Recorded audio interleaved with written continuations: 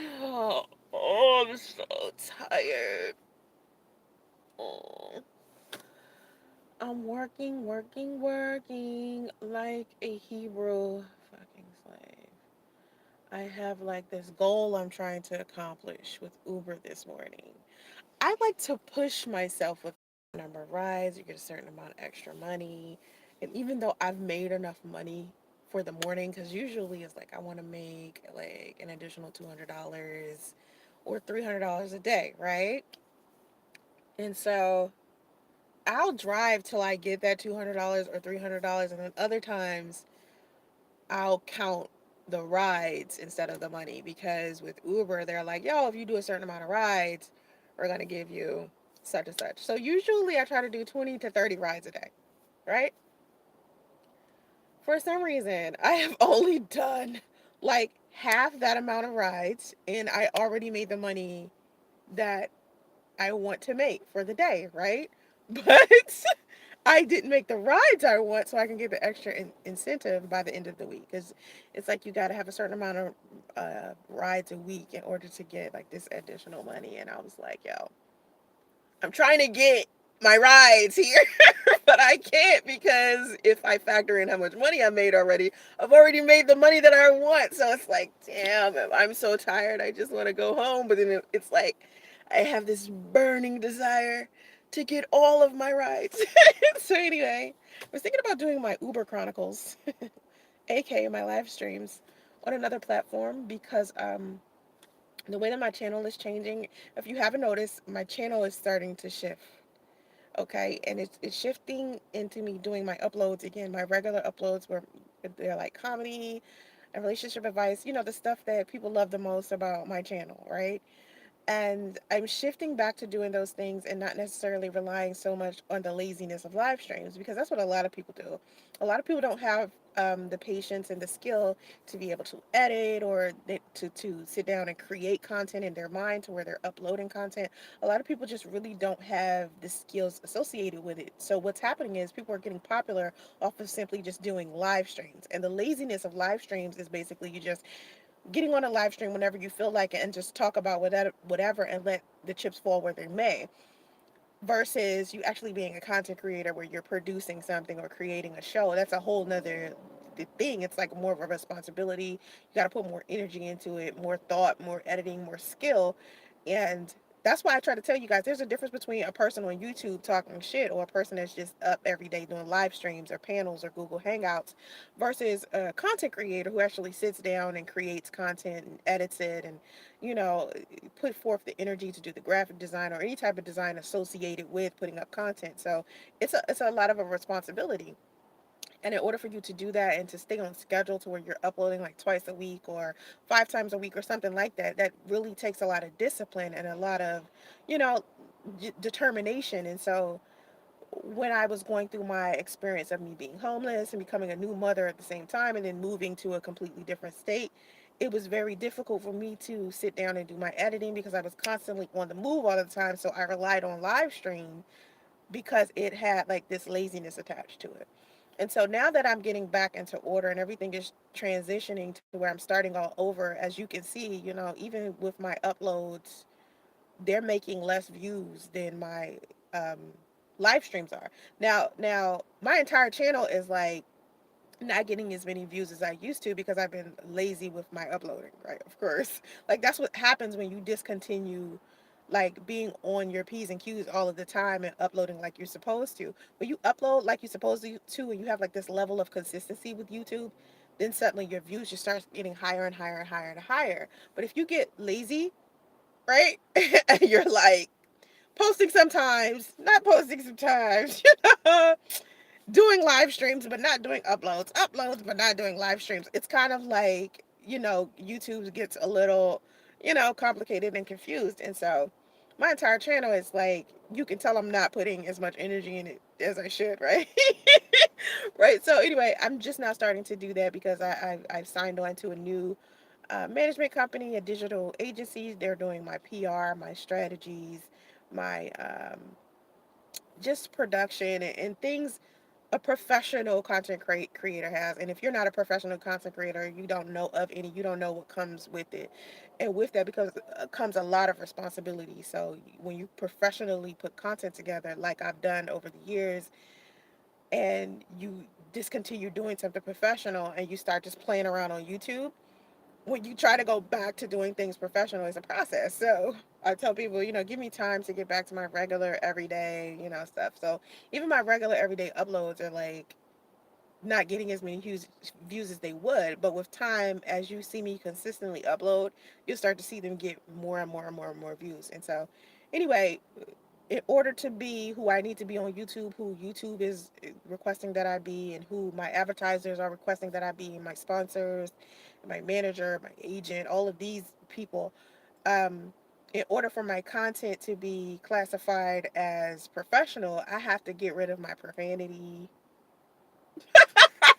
Now you know how long I've been working on trying to get rid of my profanity. Like I literally have to switch out the words that I use, the curse words that I use, like other words, so it can be like suitable for advertisers on YouTube because I'm being commercialized. And I said this before, like a couple of months back, that I'm being commercialized. And when you're being commercialized, it's like your behavior gets different. You're like, okay, now it's like a blueprint to how I should behave, which is not, it's nothing wrong with that because you reach a broader audience, you reach a level of people.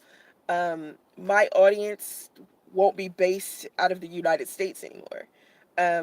When I was signed to my last management company, and then my last MLN, my company was based, my channel was based out of Canada. So I had a whole bunch of Canadian, like, subscribers, right? And people who were watching. And then when I got rid of the Canadian um, MLM and management team, most of the Canadian audience I had left. So now I have an audience that's out of the UK. So my channel will be based out of UK stuff, not American stuff or Canadian stuff, and that's actually better for me. When I first got on YouTube, I had a big following in Australia. Like I was so popular in Australia. We're talking about 8 years ago. I was so popular in Australia. It's really weird that that was the place that everybody loved me at. And Australia is kind of like America.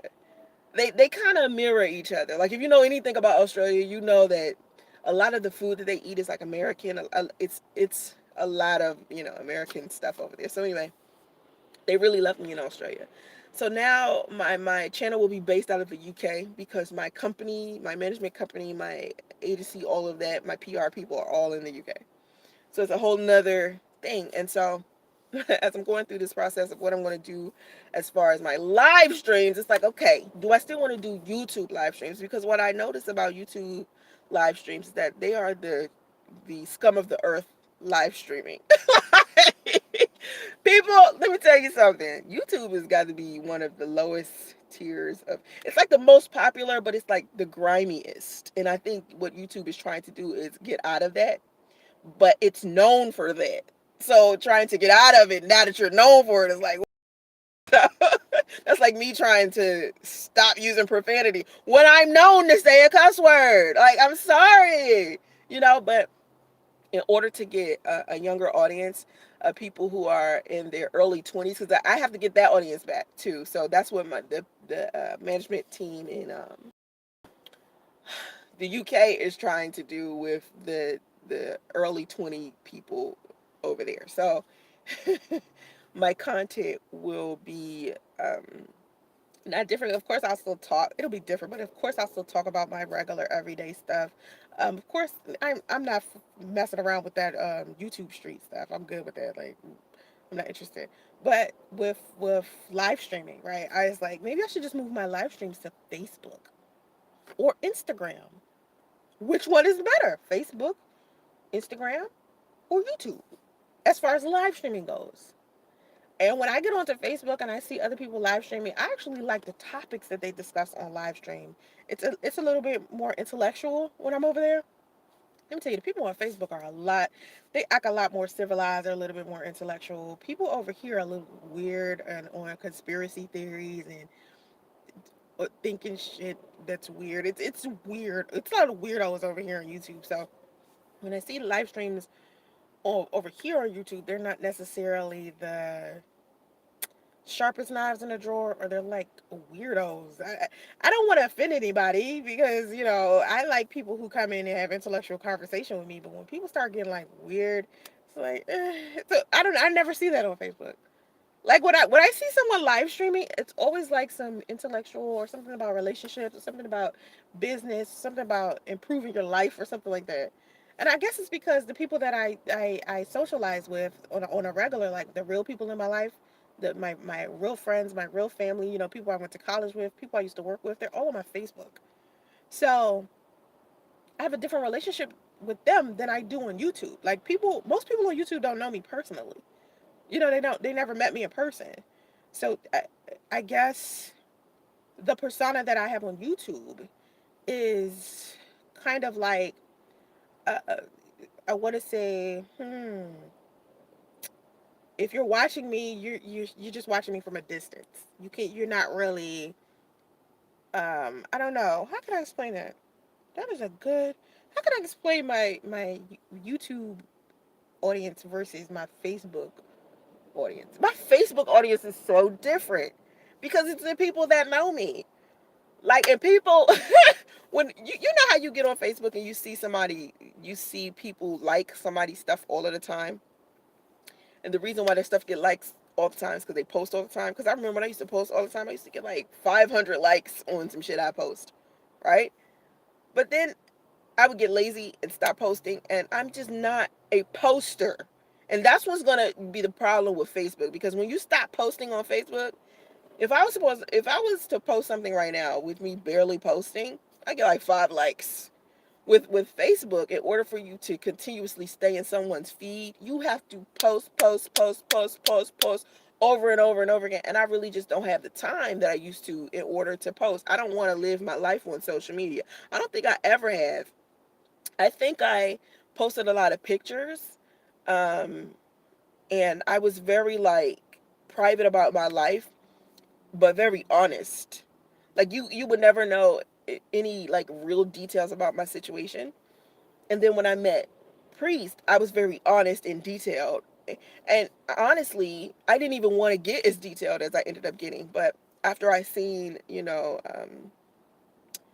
my story was being put out there in like this horrible, like false way, I was like, you know what?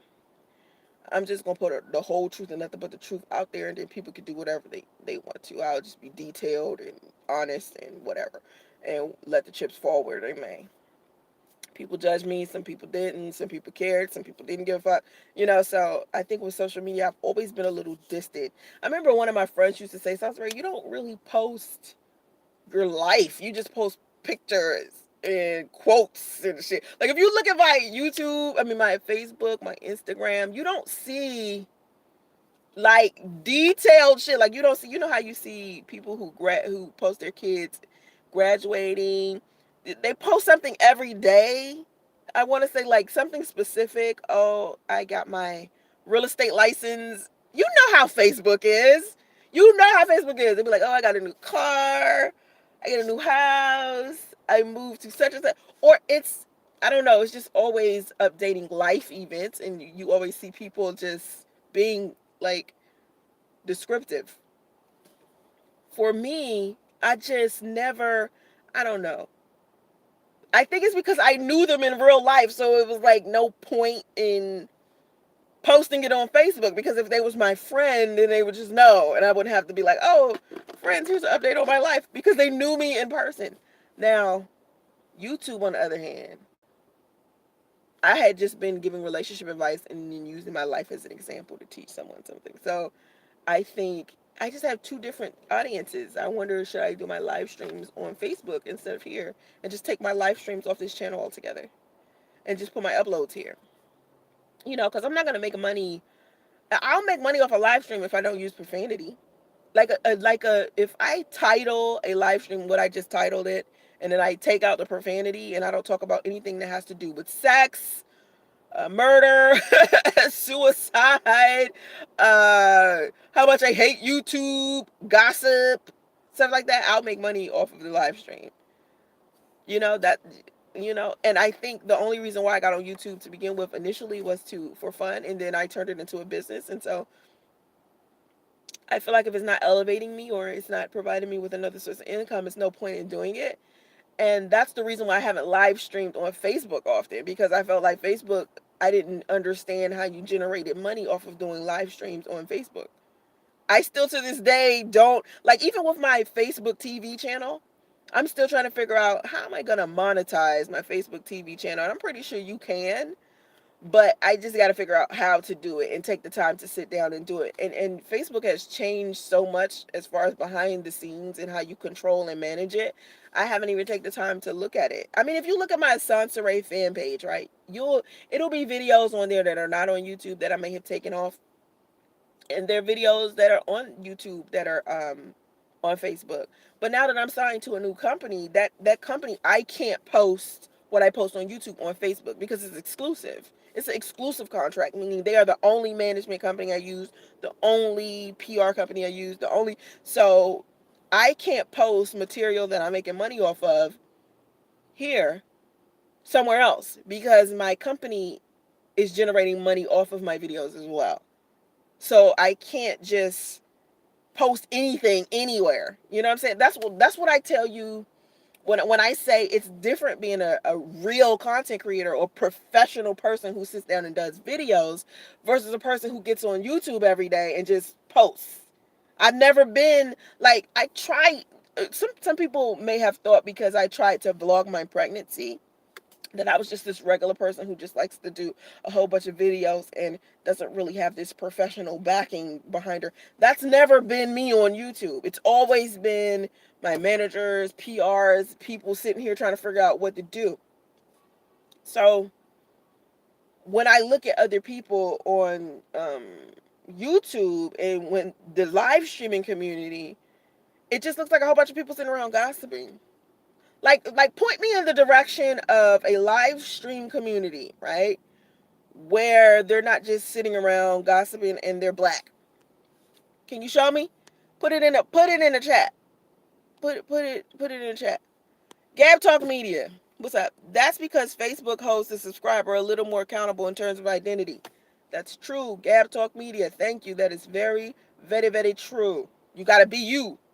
And then most of the people that like like you're not gonna embarrass yourself in front of your parents and family members and wife and kids. Like, no. But then at the same time, if you're on YouTube and they know you're on YouTube, they're gonna see your YouTube channel. But I think the being anonymous on YouTube might be the reason why it's a lot of foolishness on here. But name a live stream community in the African American community where it's no drama. Because I know when I go into Facebook and I look at the live stream communities there are some that have drama, and then there are most of the ones that I'm connected to on Facebook, I don't see that. They don't be in there dragging each other. They don't be, one content creator or one person that live streams respects another person that live stream because they just live streaming and it ain't like no big deal, you know. Hey, Fareed, I love you back. What's up? Insatiable is my name. Yeah, I don't know any place other than, like, Facebook to me is such a better social media platform. It just is. It's more civilized, and to me it seems like it would be a better idea to live stream over there because I feel like as professional as I am, I deserve a level of respect, and to continue to post live streams or interact with a whole bunch of disrespectful people is just a waste of energy to me. Even though I'll make money doing the live stream, it's like still I don't even want to associate with a whole bunch of disrespectful shit. Like my life for the most part has always been drama free until I end up being surrounded by a set of dramatic ass people. You understand? And the most dramatic people I've ever met, right? And I interacted with these people and they caused drama in my life because I sat down and interacted with these people. And then they blamed the drama on me. Soncerae is dramatic. Like they didn't create the drama themselves, but they based their entire like dramatic experience on me. So that has happened to me. And even like a lot of times when I pull away from a dramatic group of people, I pull away and they stop spreading drama about me and just start spreading drama about somebody else. And it only happens online. Never in my real life. Like people in my real life I don't have this problem with. People in my real life, we don't, I don't know, we just not on that tip. Like we don't have an issue. I don't know. Like I don't care what we're doing. We could be sitting around drinking. We could be sitting around. I don't know. We just don't have that problem. And if we do get into some type of interaction with each other where we disagree, it's never to the degree to where we end up fighting. We'll leave each other alone in general before we beef or speak negatively about each other. Like I'm not gonna, somebody I know in real life, they have an issue with me, we have an issue. If we try to smooth that issue out, it don't work out. The next person I end up talking to, right? I'm not gonna say something bad about that person. I'm just gonna be like, oh, I haven't spoken to such and such in a long time, and then move on. You know, it's not gonna be nothing like extra. I just don't have that extracurricular shit, and my real life is so smooth. Especially now. I mean, even my online life right now is so smooth because I'm ignoring the fuck shit. Like I feel great online. Like if it ain't about a video, I ain't posting it. If it ain't about something professional, I'm not posting it. I'm not talking about it. If it's about my personal life and I want to share it, I'll share it, and I don't care who feels some type of way about it. So I guess the peace I have right now is coming from me not giving a fuck. I guess I'm not sure. I can't. It could be a number of things. I'm just happy, you know. I'm just in a good place. Um, but as my channel starts switching to where I'm uploading my videos, like the video that I uploaded yesterday about my level of crazy. If you haven't checked that out, please check my level of crazy out. That is an upload. That is not a live stream. That's how my content will be structured because I'm professionally doing videos. I'm a professional with that. That's what I do. My channel is a business. I'm literally an executive producer. That's what I do. So it's like when I try to stay on my game and do what I'm supposed to do and I'm fully in it, then my YouTube checks are ridiculous. My YouTube checks are crazy. When I get on my shit and I stay there and ignore everything else and I have like this tunnel vision, it's just about work, work, work, work, work, I'm good. And that's another reason why I love San Francisco, because it's about hustle. Like you ain't got time to be doing other shit. And so if you notice, like San Francisco has been treating me very well. It's been very good for me because it's been helping me improve as far as, you know, my education, my money, my just my hustle in general and how I take care of myself. You know, it's and my son and my family. You know, I'm consistently like I'm on a good, this is good for me and I'm glad I did this. Put it that way. I'm glad I left Atlanta and moved here. The multicultural environment I'm in is amazing. Like the way people are is different, especially because I'm dealing with people who are not from my country. On a day-to-day basis, most of the people I deal with aren't even from America. And the way that they are and their thought processes and how they are in regards to friendship and success and family is so refreshing and it's so positive and it's so helpful for me and my son. And I'm glad I took that leap. And when I tell people, you know, I took the leap from coming to Atlanta, from Atlanta to San Francisco, they're like, yeah, it's a big difference as far as finances go, you know, but you just did the best thing that you could do for your son. You took him out of an environment to where he would have been mentally lazy, he would have been physically lazy, he wouldn't have had the healthiest food, he wouldn't have had the best life experience. Even though the cost of living is cheaper in Atlanta, you get what you pay for. You know, the reason why, now, don't get it twisted, the Bay Area is ridiculously expensive for no reason. Like, it's like some other stuff. Like, I get why it's expensive. Because, I mean, it's a gorgeous place. It's beautiful out here. The people are amazing. The vibe is good. I mean, the job market is amazing. Money is flowing through this city. That's why it's so expensive. To me, Atlanta wasn't popping. It wasn't producing money. It was like one of those places where everything was cheap. It's easy to get a mansion and some space, and it's like, okay, everybody think they all that because they can go out there and buy the clothes that they want and shit like that. But really, is the money flowing? The type of money I want. I don't want hood rich money. I don't want black people money. I want generational wealth. I want my wealth to be on top of wealth, to on top of wealth, to on top of wealth, to where money is in my family for the rest of my bloodline. Do you understand that? Meaning from this point on, my kids, my kids' kids, my kids' kids' kids, my kids' kids' kids' kids' kids will have money. Period. The rest of my family, because I wanted to stop the poverty from happening in my family. And I don't want anybody to ever experience the level of poverty I did when I first moved here in my last couple of years in Atlanta. Because to me, it's like doing something, wasting my time doing live streams every day where I'm sitting here gossiping about somebody else is a waste of energy. It's like, I see why people who entertain that shit, I see why they do it, because they don't have the hustle. The hustle is not there. Because when you have the hustle and you got shit better to do, you just don't have the time or the mindset to do it. And so, because my mind has switched to being on hustle and grind to the fucking 10th power, when I think about live streaming and I think about Google Hangouts, and I think about panels, and I think about YouTube, I'm thinking, I need to do what's going to bring me more money. Not donations from people, not more gossip from people, not more, hate and trolls and shit like that. What could I do on social media that and I've done it before on social media to where all I did was work and that's it. I didn't give a shit about nothing else. I can go back to that. That's nothing. When I decided to vlog my pregnancy and I got it to this place where all I was doing was live streaming to help others, I did that. Done that.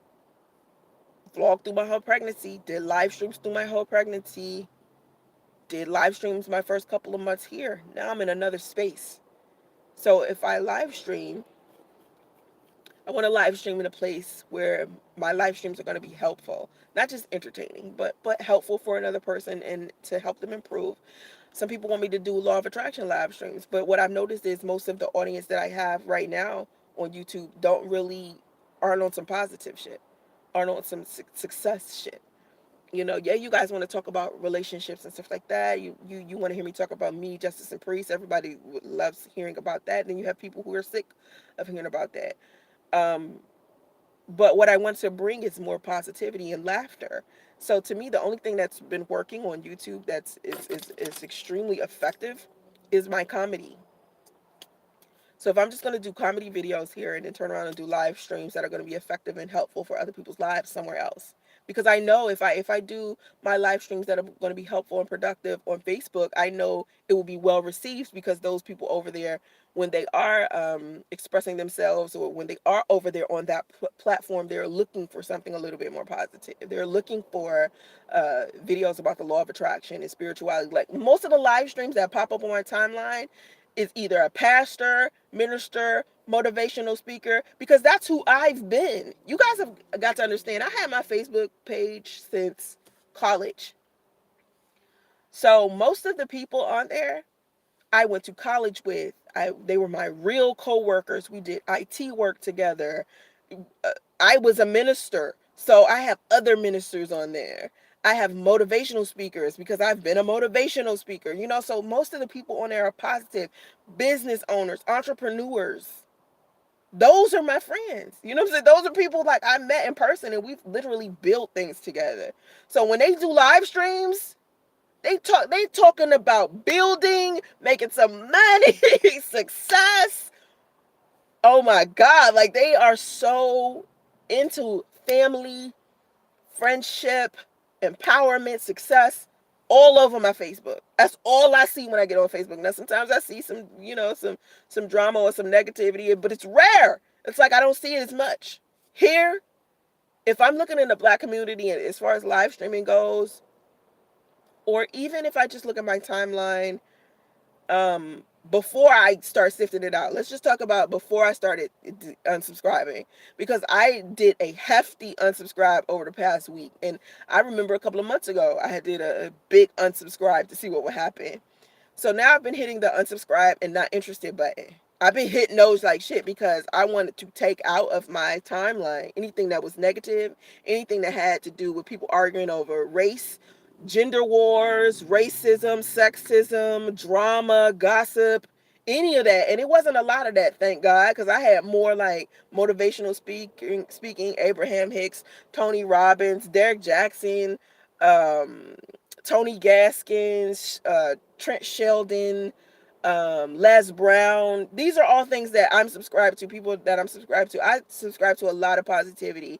And as far as entertainment goes, it's like true crime, true crime daily, Kendall Ray, Danielle Hallen, Georgia Marie, Eleanor Neal, people like that. That's what I'm watching.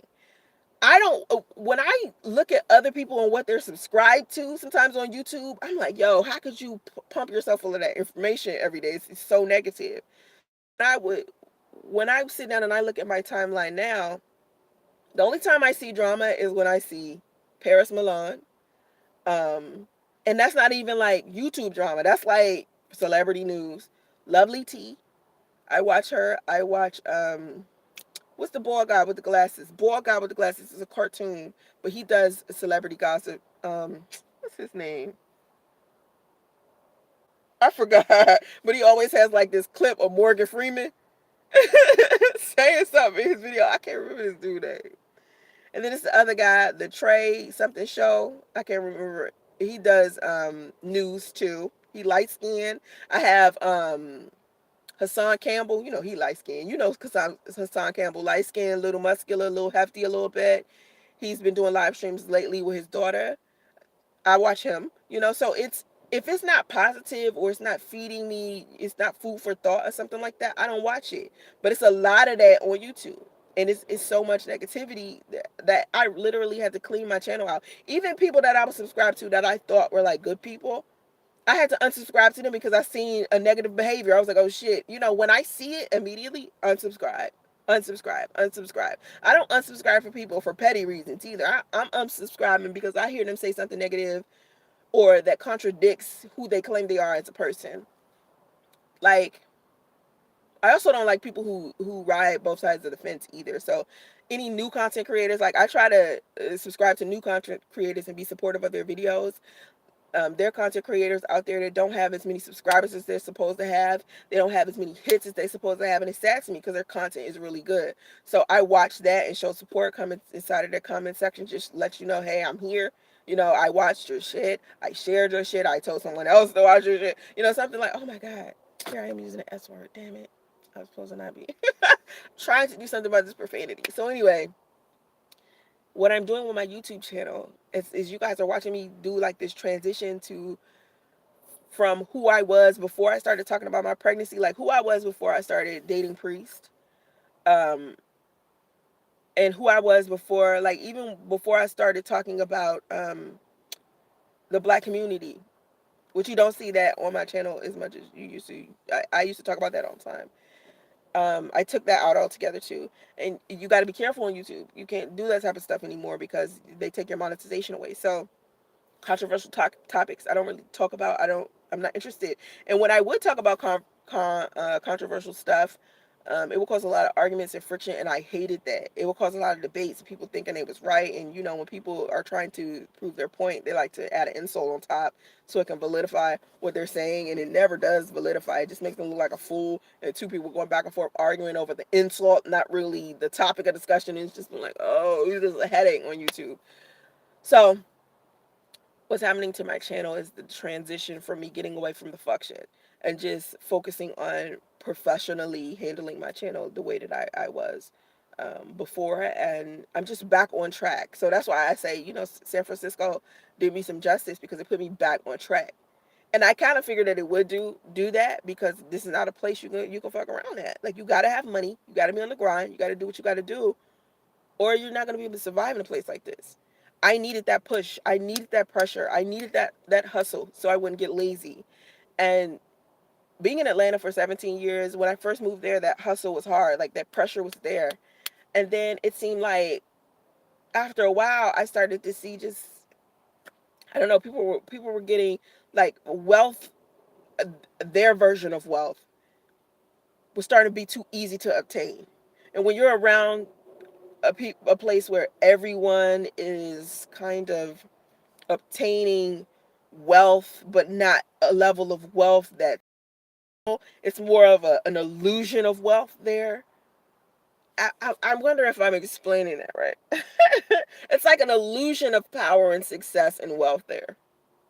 It's like black, it's so tarnished with the concept of black. Or, I don't know. It's like from the outside looking in, if you're not pressed for clout and fame, you're gonna look at Atlanta like, like, okay, that's what you think success is. That's what you think wealth is. I mean, being able to provide for your family is a plus. Being able to live in his beautiful home and um, have wealth is a good thing, right? But to me, the people in Atlanta driving a fancy car, living in a big house, but still living paycheck to paycheck. There's still levels of paycheck to paycheck, peeps. Just because a person is a working class person or a person is looks as if they are a millionaire, right? Because they're driving this nice car, they're dressed nice, they um, have a beautiful home, doesn't mean they aren't struggling. You see what I'm saying? Like they're struggling in other areas. Like their savings is some bullshit. They don't have any businesses. If the market in Atlanta was to rise, since the rent there stopped being so fucking low, these people wouldn't be able to survive. That's not how it's built here. It's the hustle of this city.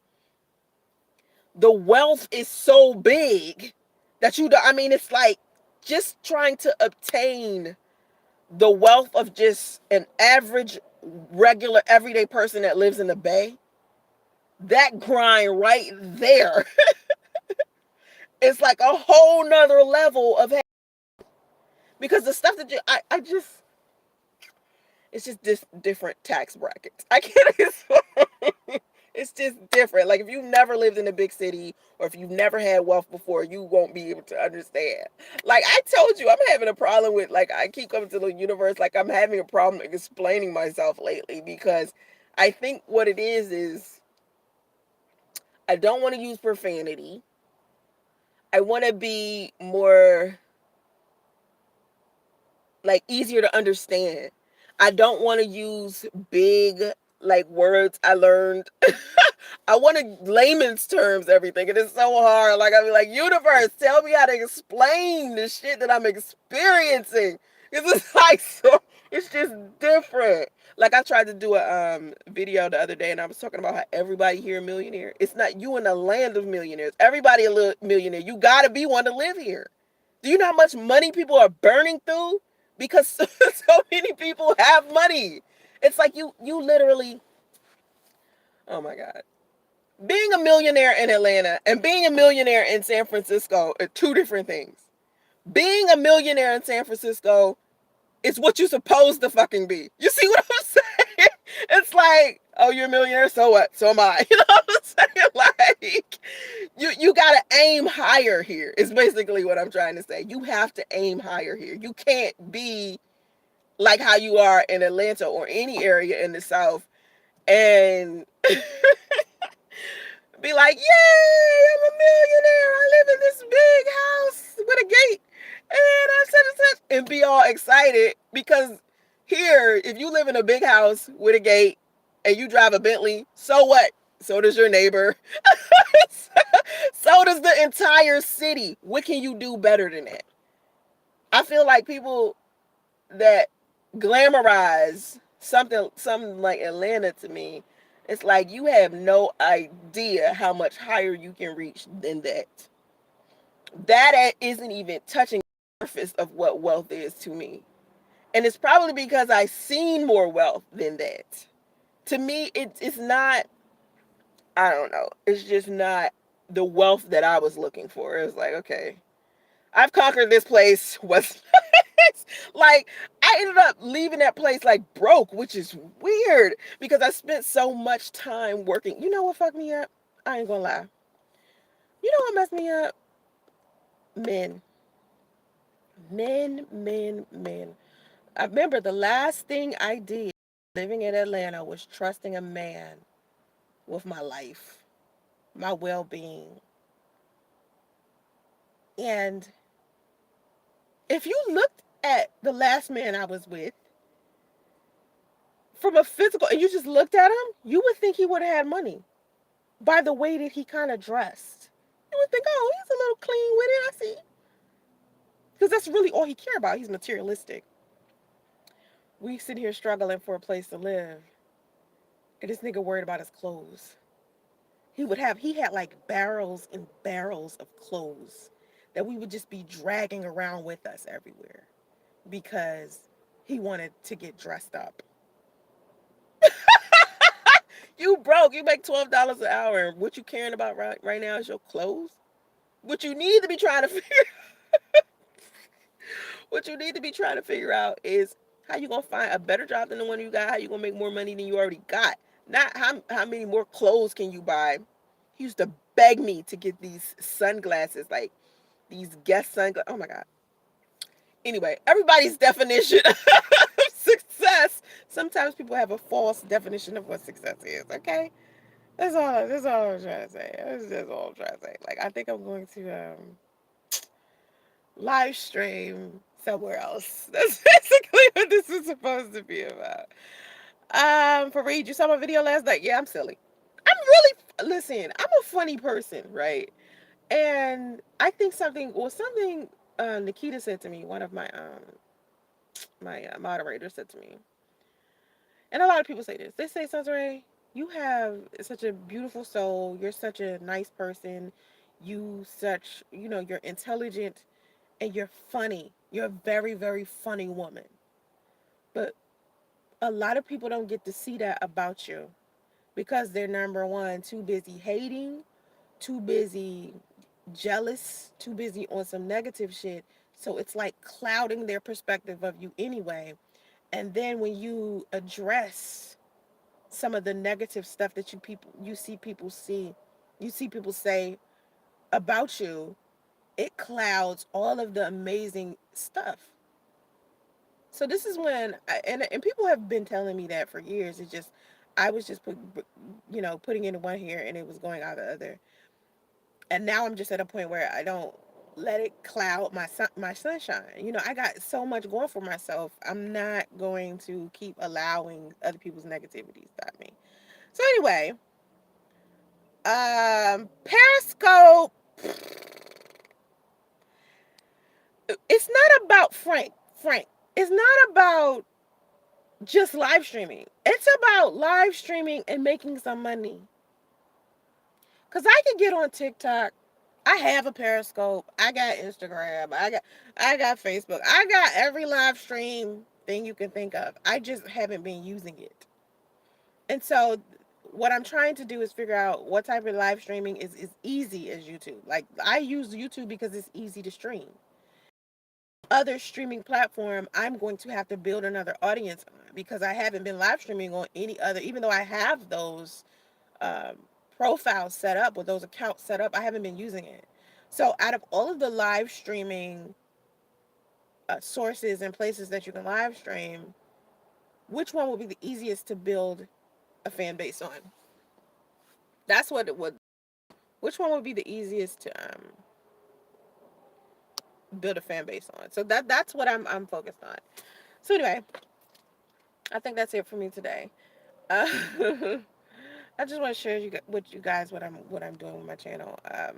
You know, Kenya Jones. No, there's money in Atlanta, not to the degree. Okay, when a city is okay, Let's see if I can explain this right. You're saying there's money in Atlanta, Kenya.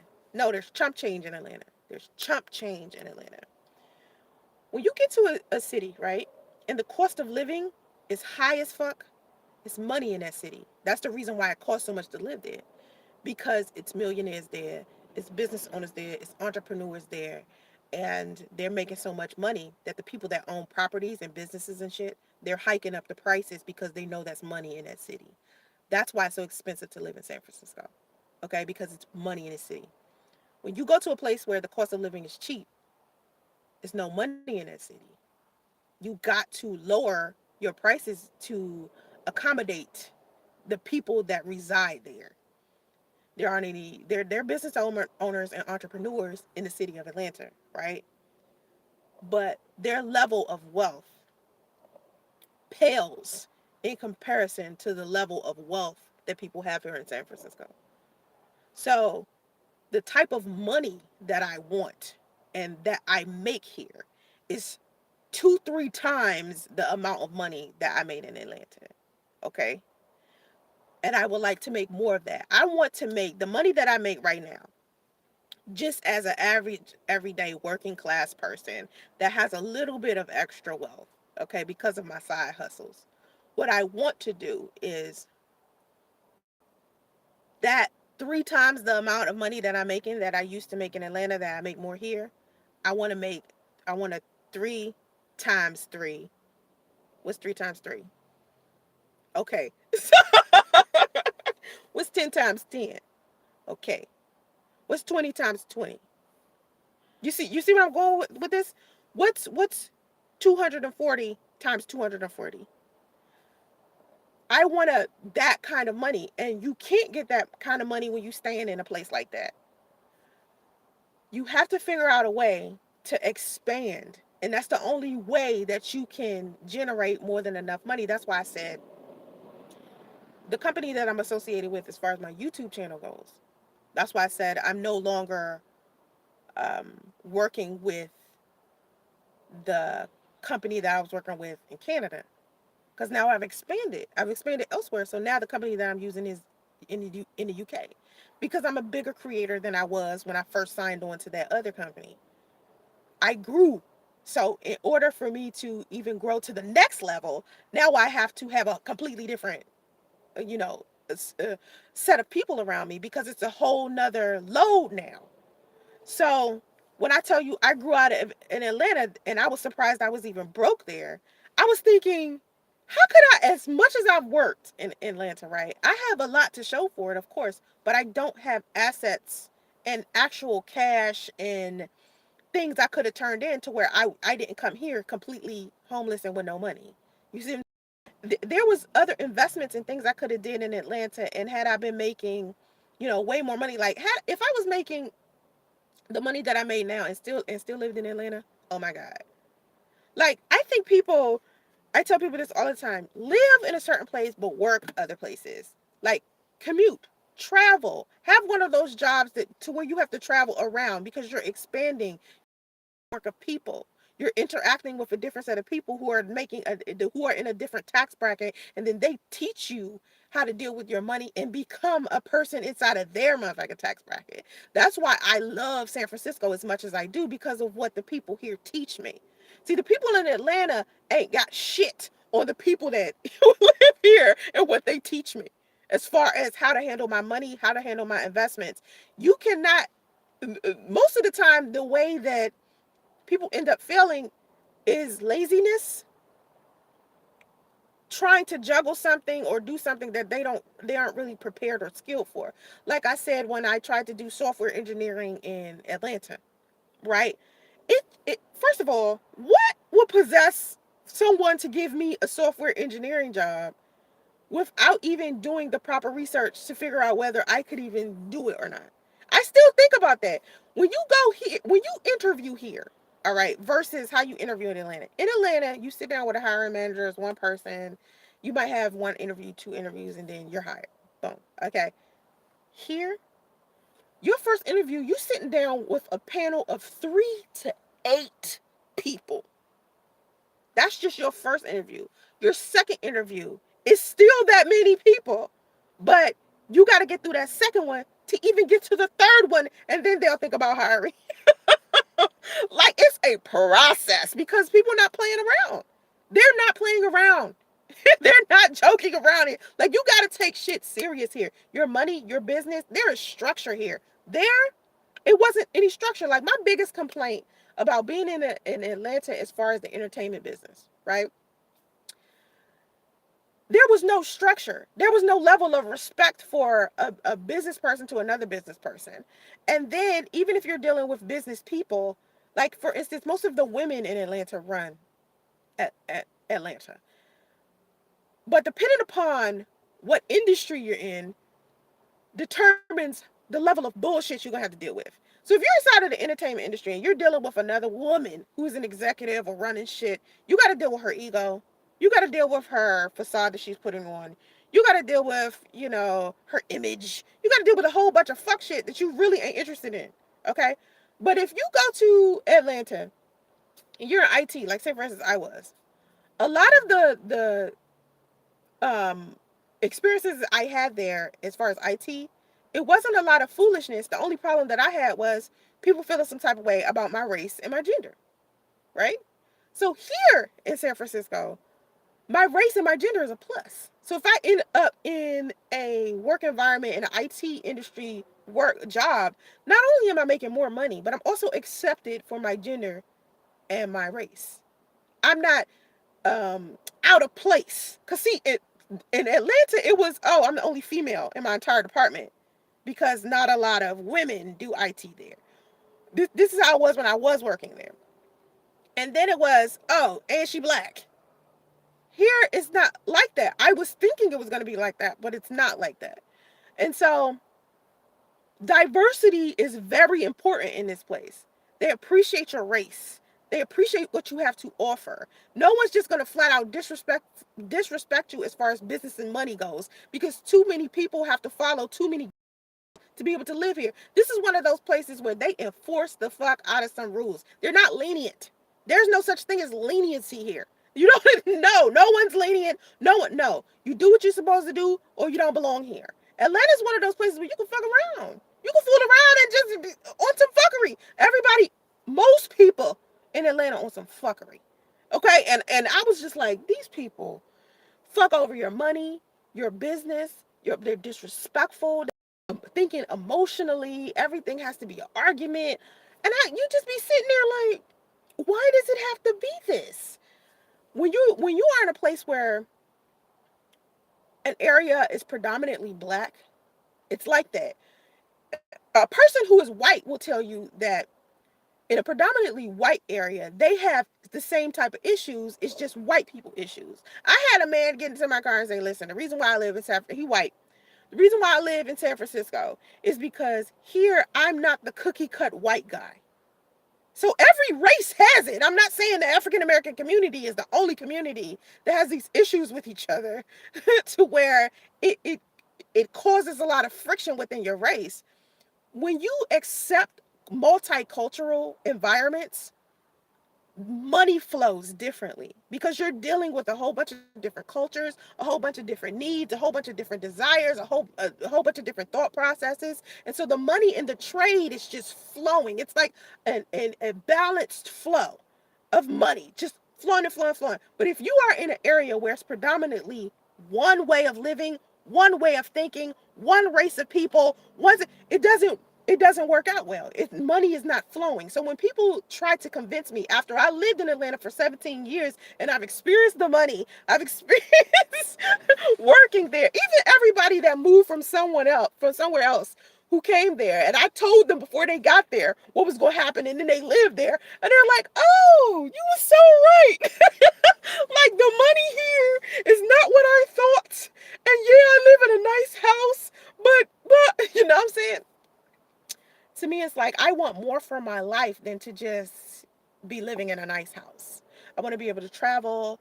I want to be able to shop where I want, eat where I want. I think the biggest thing for me is just being able to travel. I want to be able to experience life. And in order to be able to experience life, you have to have a substantial amount of money. That means if I want to hop on a plane and get on a yacht that's going to take me around the Mediterranean or some shit. I want to be able to do that. Okay? If I want if I want to go to if I'm in one place in the United States and then I wake up and say, "Hey, I want to go to the Met Gala or some shit." I want to be like, "You know what? I don't have to go to work. So I'm just going to go to the Met Gala." And some shit like that. Or if I want to go to a space museum, or if I want to go to the Smithsonian in Washington D.C. just abruptly, or if I want to get on a helicopter, or if I want to get on I don't know, if I want to buy a small island that's riddled with poverty and fix it, I want to be able to do that. I can't do that with Atlanta money. With Atlanta is a place where you go to, and if you want to lay down and rest because you've been working so hard and you just happen to have a property there and you just want some quiet and some peace and you just want to chill, so you just go to your Atlanta property, or you go to your property in Georgia to just chill and have some fucking sweet tea. Yeah, it makes sense. But to think you about to go to Atlanta and grind and get the kind of money I envision in my life every day, I don't think so. I don't think it's it is not. No. Kenya, fuck out of here. Kenya Jones is not about not making it somewhere. I gained so much by living in Atlanta. I just said that, but I guess your ass is in your feelings about Atlanta. Fuck out of here. Listen to what I'm saying. I gained so much living there. Like, don't think because I didn't have any money, I didn't have things. I didn't listen. I would not be sitting here on YouTube, right? Being able to have the audience, or to pull in the people that I do, or to have the popularity that I have to Atlanta. If I'd have skipped Atlanta altogether, right, and just moved from DC to here, I never would have ended up in the entertainment industry the way that I was. So Atlanta helped me with a part of my life that I needed in order to succeed. So don't think that just because I'm telling you I need to move to the next level and the kind of money that I want to have, I can't get in Atlanta.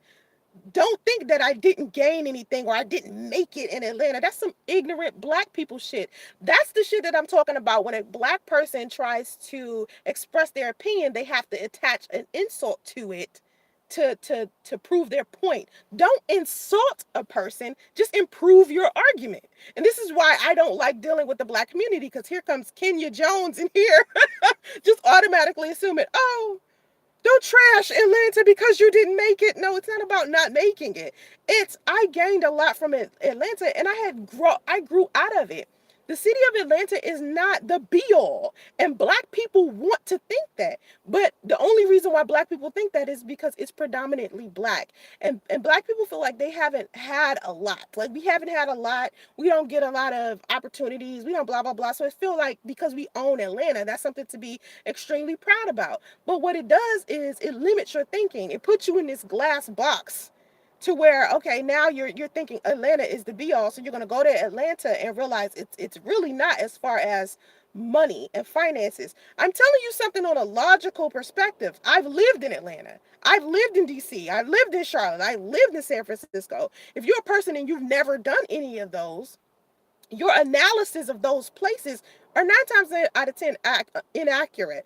Before I moved here, people swore up and down when I got here I was going to experience some level of racism. I remember people kept saying, well, I lived in NorCal, and when I lived in Northern California, I experienced blah, blah, blah, blah, blah, blah, and racist this and racist that. I haven't experienced an ounce of racism since I got here. It's signs up.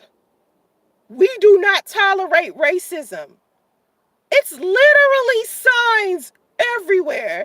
We don't tolerate racism. We don't do blah, blah, blah, blah. So a lot of the things that you hear about a place, if you ain't never been to it, and you hear other people say you're going to experience this, you're going to experience that, and that person ain't even been there, a lot of times they're reiterating some shit that they heard from someone else. Now, um, I'm not telling you that you can't do well somewhere, because see, for me, as human beings, we survive all over. We can go somewhere and survive. I'm not telling you you can't survive in Atlanta. What I'm telling you is the money that you think you can make in Atlanta is chump change in comparison to a place like this, where you can make like 3-4 times that much. And then you could go to a place like Dubai and make fucking 10 times more than you make here. So You can go wherever in the world and make some money. But some shit got a cap on it. And Atlanta is one of those caps. I don't give a fuck if you're from DeKalb County, Forsyth County, fucking Riverdale, you from Conyers, you from Gwinnett, you from Marietta. I don't give a fuck where you come from. Talking about I'm the heart of this. Like, that's that I don't understand about the black community. Only black people sitting here, I'm from this place. And you feel like you got to defend where you come from. Most people that are multicultural, yeah, they like the country that they came from. They're like, yeah, I came from the Philippines, or I came from the UK, or I came from um, Germany or Russia, or you know. But they're not about to fight you because you have a negative experience inside of their country. Only black people do that. If I tell you, okay, Kenya Jones, you are in the heart. Okay, you grew up in DeKalb. I've been in DeKalb County. I spent a lot of time in DeKalb County. I lived there. DeKalb County got to be one of the ratchetest places to live in Atlanta, in the surrounding areas of Atlanta. Because, see, DeKalb ain't in Atlanta, it's next to it. So, you about to fight me and get all buck and gotta insult me because I'm talking about my experience and what I learned about being and living in this city and interacting as far as goods and products and services and business and money. And you over here feeling some type of way, getting all emotional and shit. That's some black people shit. Only black people do that. No other person is walking around here getting buck because somebody said, yo, there's a place that you can go outside of Atlanta to get way more money and have a better life experience. No, nobody needs to be slapped in the face because of that. Like, this is not that deep, man. I got to go. I got to go. Bye, y'all.